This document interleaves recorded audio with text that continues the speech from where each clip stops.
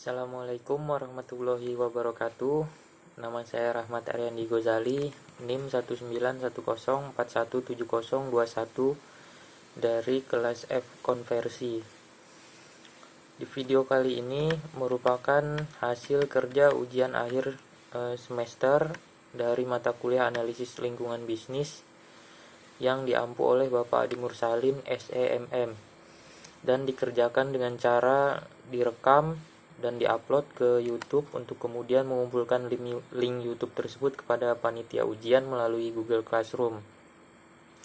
Nah, ujian ini bersifat take home atau dilaksanakan di rumah dengan jadwal yaitu pada hari Sabtu tanggal 23 Januari 2021. Nah, pada UAS ini mahasiswa diwajibkan menjawab 6 pertanyaan yang terdapat pada lembar soal. Baiklah, saya akan langsung saja membacakan soal dan jawaban atas pertanyaan-pertanyaan tersebut. Pertanyaan yang pertama adalah kegiatan bisnis berhubungan erat dengan lingkungan sekitar. Sebutkan dan jelaskan pengaruh lingkungan terhadap kegiatan bisnis. Jawabannya, lingkungan sangat berpengaruh terhadap gagal atau berhasilnya suatu bisnis, karena dalam lingkungan terdapat elemen dan faktor yang dapat mendorong atau juga menghambat perkembangan suatu bisnis. Dalam pembagiannya, lingkungan dapat dibagi dua, yaitu lingkungan internal dan lingkungan eksternal. Untuk yang lingkungan internal dalam bisnis itu mencakup beberapa faktor, yaitu tenaga kerja, modal, bahan baku, alat produksi, manajemen, dan pemegang saham. Untuk yang lingkungan eksternal itu mencakup pelanggan, produsen, distributor, kompetitor, kreditor, pembuat kebijakan, serikat pekerja, lembaga swadaya, dan lingkungan makro seperti teknologi, ekonomi, sosial budaya, hukum, global, dan kondisi geografis atau alam. Artinya, pengaruh antara perusahaan dengan elemen lingkungan itu berupa yang pertama adalah pengaruh yang bersifat jangka panjang, yaitu hubungan bisnis dengan pemasok, baik itu berupa pemasok energi, bahan, pemodal, pelanggan, masyarakat, dan pemerintah. Kemudian yang kedua adalah pengaruh yang bersifat sementara atau jangka pendek, itu misalnya hubungan dengan pelanggan atau konsumen yang bersifat sekali ataupun bisa berulang-ulang. Yang ketiga yaitu pengaruh yang bersifat kerjasama, bisa bersifat persaingan atau perbedaan kepentingan. Dan yang terakhir adalah pengaruh regulatif, yaitu hubungan dengan badan-badan pemerintahan atau pembuat kebijakan. Pertanyaan nomor 2, jelaskan istilah-istilah berikut. Inflasi, deflasi, pengangguran, investasi, produktivitas, dan corporate social responsibility. Jawabannya, inflasi adalah naiknya harga-harga barang dan jasa di suatu negara dalam jangka waktu panjang atau berkelanjutan yang disebabkan oleh ketidakseimbangan antara ketersediaan barang dan uang. Hal ini bisa disebabkan karena tingginya permintaan atau semakin meningkatnya permintaan, kemudian meningkatnya biaya untuk produksi dan tingginya peredaran uang di suatu negara. Kemudian istilah yang kedua adalah deflasi. Deflasi adalah suatu kejadian di mana harga barang yang ada di sebuah negara menjadi menurun. Penurunan harga barang tersebut bisa terjadi secara periodik maupun secara langsung atau bersamaan.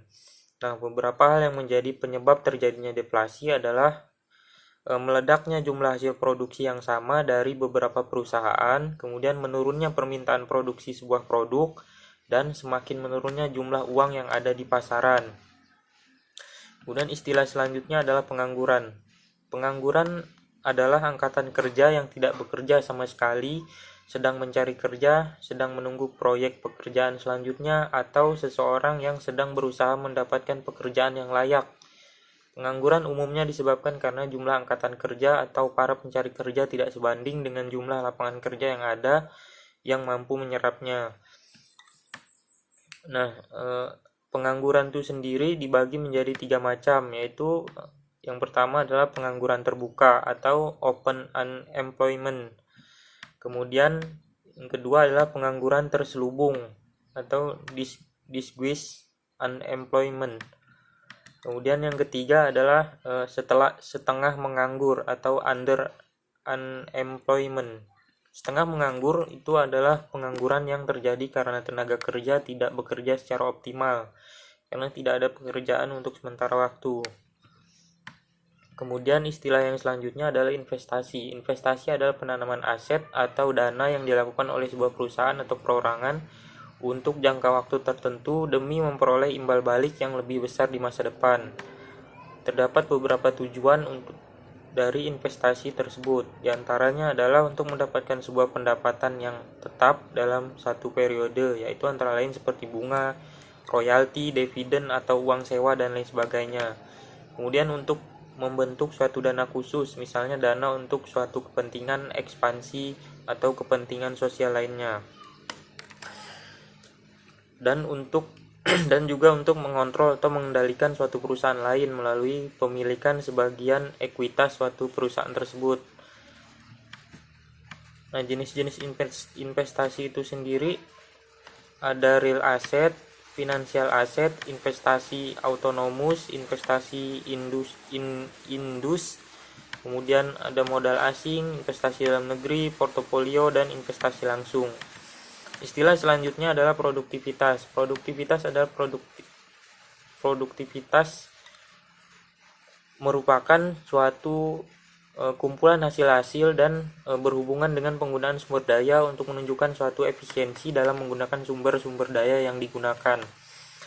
Efektivitas adalah cara mengukur keberhasilan dalam mencapai tujuan dan efisiensi adalah cara mengukur kehematan penggunaan sumber. Produktivitas adalah perbandingan dari beberapa keluaran dengan beberapa masukan. Dengan adanya masukan dan keluaran yang mempengaruhi produktivitas, rasio produktivitas bisa diperbesar, yaitu dengan melakukan beberapa cara berikut, yaitu pengurangan penggunaan sumber daya untuk memperoleh jumlah hasil produksi, penggunaan sumber daya yang sama untuk meraih jumlah hasil produksi yang lebih besar, kemudian penggunaan sumber daya yang besar untuk jumlah hasil produksi yang lebih besar lagi, pengurangan jumlah produksi yang dibarengi pengurangan jumlah sumber daya akibat adanya penurunan penjualan atau produksi, kemudian penggunaan sumber daya untuk bisa memperoleh jumlah produksi yang lebih besar dengan kemampuan bekerja lebih efektif dan menekan biaya atau keluaran sementara serendah mungkin.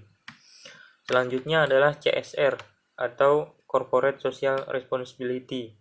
Istilah ini adalah merupakan komitmen perusahaan untuk meningkatkan kesejahteraan komunitas melalui praktik bisnis yang baik dan mengkontribusikan sebagian sumber daya perusahaan. Pada dasarnya, CSR atau tanggung jawab sosial perusahaan adalah bentuk tanggung jawab sebuah perusahaan terhadap stakeholder atau pemangku kepentingan.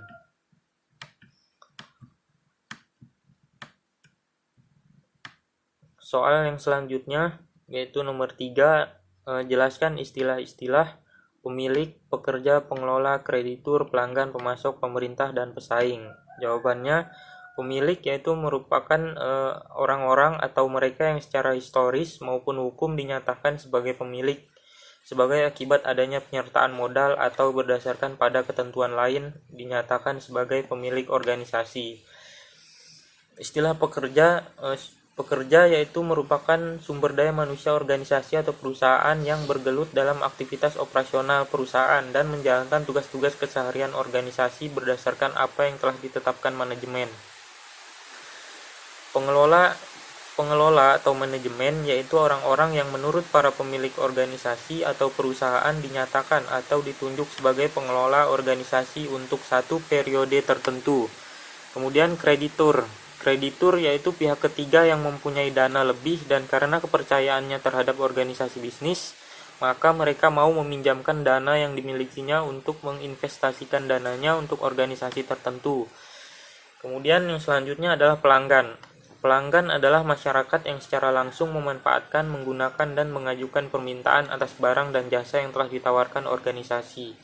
Kemudian pemasok atau supplier adalah pihak yang terkait langsung dalam kegiatan bisnis organisasi, khususnya organisasi bisnis yang memproduksi barang jadi dengan mengolah berbagai jenis bahan baku. Selanjutnya pemerintah yaitu pihak yang atas legitimasi politik tertentu di suatu negara diangkat dan diberi tugas untuk mewujudkan masyarakat yang lebih baik dengan melaksanakan pembangunan di segala bidang. Kemudian yang selanjutnya adalah pesaing. Pesaing yaitu organisasi lain yang menjalankan bisnis yang sama dengan organisasi. Kemudian soal nomor 4, silahkan buka link ini. Kemudian ini pada soal nomor 4, mahasiswa diminta untuk membuka link yang berisikan sebuah video. Dan dari link tersebut terdapat beberapa pertanyaan yang harus dijawab. Yang pertama adalah jelaskan apa isi dari link tersebut, kemudian siapa yang menjadi pembicara, dan apa yang dibicarakan oleh pembicara tersebut, dan manfaat apa yang saudara dapatkan dari menonton video tersebut. Jelaskan jawaban Anda dengan rinci. Baiklah, link tersebut, untuk jawabannya, link tersebut berisi sebuah video yang dipersembahkan atau dibuat oleh Kemenkeu Corporate University dengan judul Pastel Analysis. Nah, pembicara pada video tersebut adalah Bapak Robi Syaiful Ubed. Pembicara pada video tersebut membicarakan penjelasan mengenai sebuah tools yang dapat digunakan untuk menganalisis lingkungan eksternal organisasi, yaitu PASTLE atau Pastel Analysis, yang terdiri dari faktor. Yang pertama itu adalah P itu sendiri adalah merupakan politik. Nah, untuk menganalisis politik kita harus tahu bagaimana government support terhadap bisnis kita. Misalnya ketika kita ingin melakukan investasi di bidang IT atau di bidang teknologi. Nah,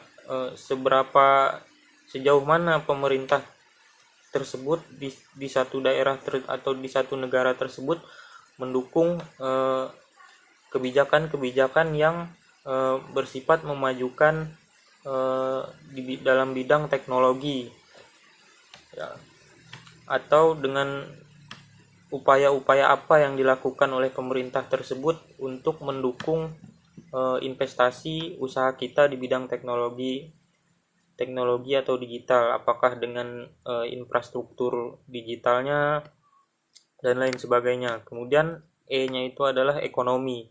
Faktor ekonomi berkaitan dengan bagaimana kondisi perekonomian suatu negara, baik secara makro maupun mikro, seperti suku bunga atau tingkat inflasi. Dan jika sebuah negara mengalami tingkat inflasi yang tinggi, maka harga produk atau jasa yang dihasilkan perusahaan menjadi tidak kompetitif.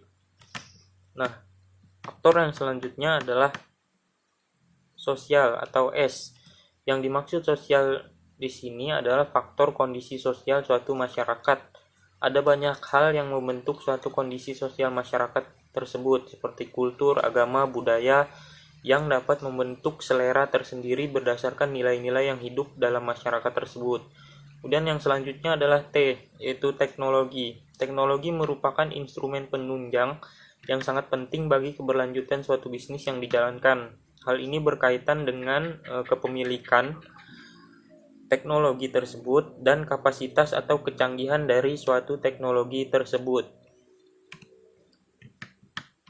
Nah, yang terakhir atau yang L adalah legal atau hukum, yaitu merupakan aspek hukum yang sangat erat kaitannya dengan keputusan apakah sebuah organisasi atau perusahaan itu mengembangkan usahanya atau tidak di suatu tempat gitu. Misalnya seberapa mudah regulasi perizinan yang diberlakukan di suatu negara terhadap investasi. Kemudahan regulasi dan kepastian hukum terhadap investasi akan membuat investor merasa aman dan nyaman dalam menjalankan usahanya di negara tersebut. Contohnya seperti baru-baru ini pemerintah Indonesia telah menteken sebuah undang-undang yang dapat menganulir beberapa undang-undang sekaligus, ya, yaitu produk hukum Omnibus Law yang bertujuan untuk memberikan kemudahan bagi para investor untuk menanamkan modalnya di Indonesia. Dan itu salah satu manifestasi dari legal yang terdapat pada faktor eksternal di Pesle analisis ini. Kemudian yang E-nya adalah environment.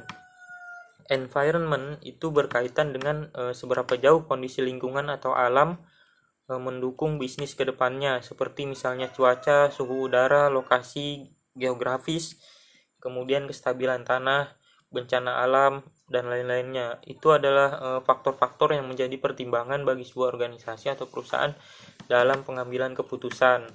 Nah, manfaat dari menonton video tersebut yaitu kita memperoleh pemahaman tentang apa saja variabel atau faktor-faktor yang terdapat pada lingkungan eksternal organisasi atau perusahaan. Dan setelah kita mengetahuinya, kita memahami juga bagaimana caranya untuk kemudian memetakan faktor-faktor tadi dan selanjutnya merumuskan suatu strategi bisnis yang dapat mengoptimalkan kesempatan yang ada di pasar berdasarkan kondisi lingkungan yang ada. Dengan demikian, keputusan untuk operasi bisnis saat ini dan di masa yang akan datang itu bisa menjadi lebih efektif. Kemudian soal nomor 5. Soal nomor 5 yaitu mahasiswa diharuskan membuka sebuah link yang tertera pada soal, kemudian menjawab 2 pertanyaan, yaitu menjelaskan apa isi dari link tersebut dan apa yang Anda peroleh dari membuka dan membaca link tersebut. Itulah untuk jawabannya. Link tersebut berisikan sebuah jurnal manajemen berbahasa Inggris tentang tinjauan literatur strategi non-pasar menuju integrasi multi-teoretis oleh Kamel Melahi dari Universitas Warwick, United Kingdom atau Inggris dan kawan-kawan. Nah, jurnal tersebut diterbitkan pada tahun 2016. Jurnal tersebut berisi tentang studi berbagai literatur dan kajian teori yang berupaya untuk mengetahui sejauh mana hubungan dan pengaruh 2 elemen strategi non-pasar, yaitu CSR atau tanggung jawab sosial perusahaan dan CPA atau Corporate Political Activity atau aktivitas politik perusahaan terhadap kinerja organisasi perusahaan. Nah, jurnal tersebut mengidentifikasi 109 artikel selama 5 tahun terakhir dengan rentang waktu 2010 hingga 2014 dan kemudian dibandingkan dengan 105 artikel selama periode 10 tahun dengan rentang waktu tahun 2000 hingga 2009. Nah, mayoritas studi empiris sebanyak 102 dari 163 melaporkan hubungan positif antara strategi non-pasar dan kinerja organisasi. Nah, selanjutnya itu ada 6 dari 7 studi yang meneliti inisiatif lingkungan melaporkan efek kinerja yang positif. Namun sebanyak 43 atau 26% dari total studi empiris melaporkan hubungan campuran.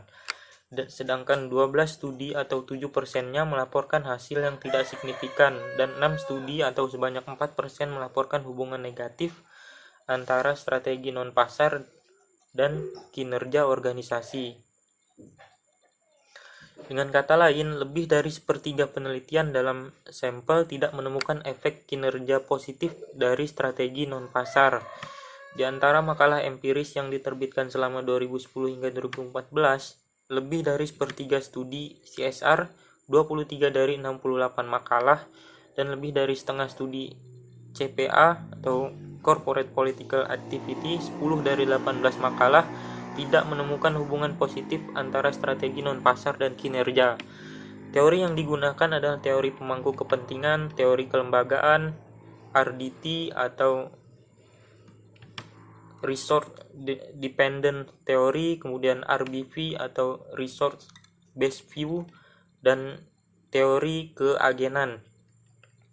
Nah, kesimpulan dari analisis literatur atau analisis penelitian tersebut yaitu strategi non-pasar tersebut mengungkapkan bahwa adanya pilihan terhadap penggunaan perspektif multi-teoretis atau gabungan analisis yang berdasarkan beberapa teori tadi oleh para akademisi dan ketergantungan yang berlebihan pada lensa teoretis tunggal atau hanya satu teori.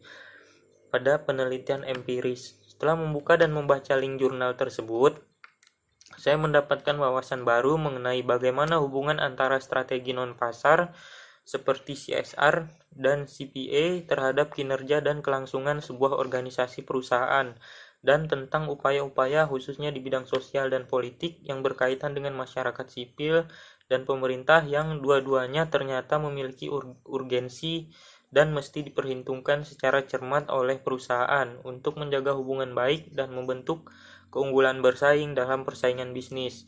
Selain itu, adanya upaya politis dari kedua belah pihak antara perusahaan dan institusi pemerintahan juga menimbulkan suatu hubungan yang saling mempengaruhi dalam penentuan kebijakan yang memiliki dampak besar bagi publik.